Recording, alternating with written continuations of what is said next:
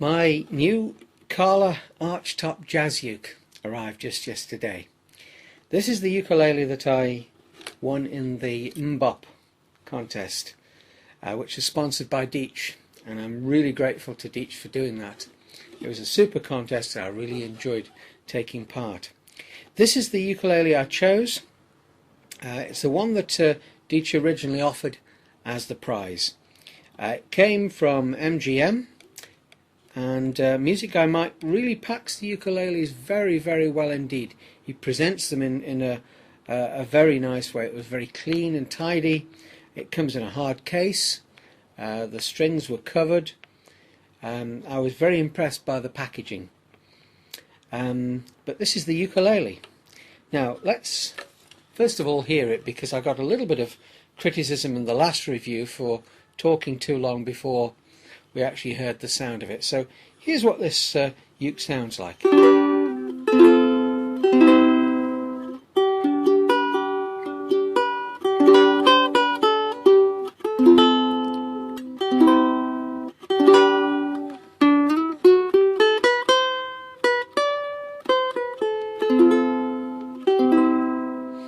It's got a very nice soft sound.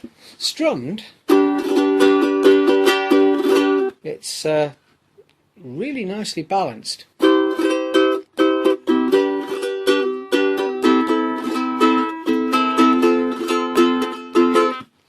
It's a really nice instrument. I really love it. Let's go through all the different parts of it. First of all, it's an all laminate instrument. Now, normally I would always advise people to get an instrument with a solid top, or better still, a whole solid body. This one's got a laminate spruce top, and I think it's laminate mahogany back and sides.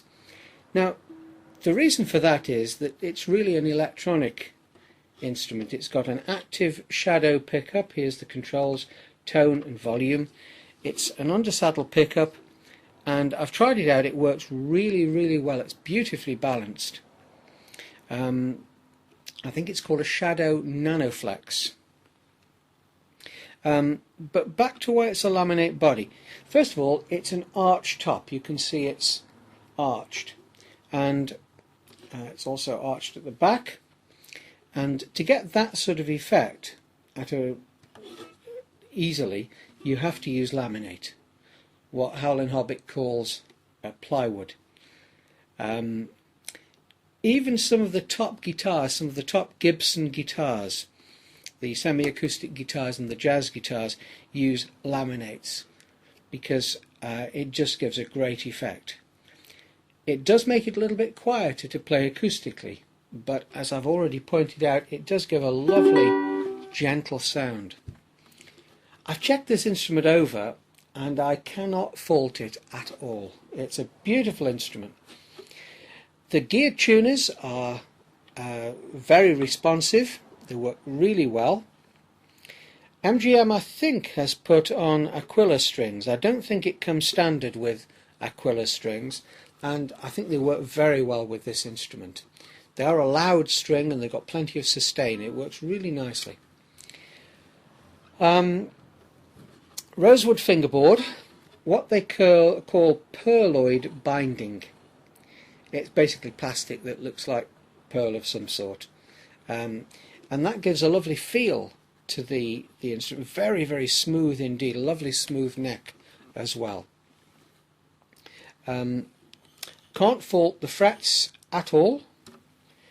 Very nicely put together. Real abalone here, this inlay. It's two palm trees. I don't know whether you can see that at all. Nice long fingerboard, so we can get the high notes. Beautiful sunburst effect, absolutely lovely.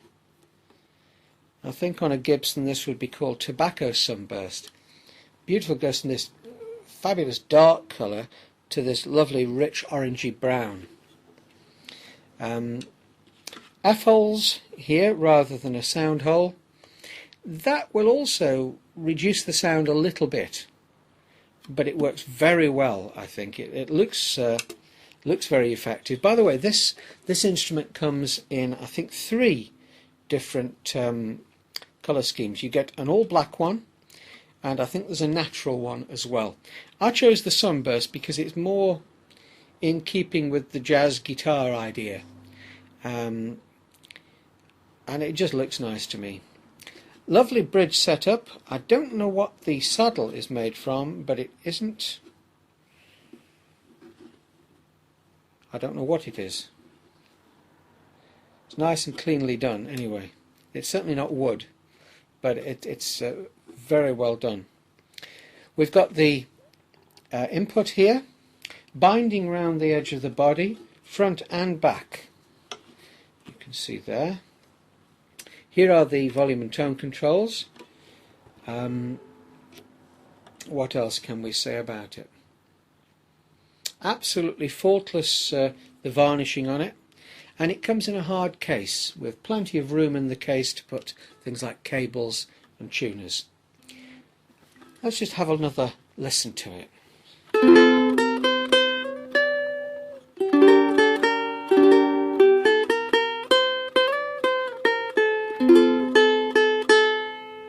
little bit out of tune.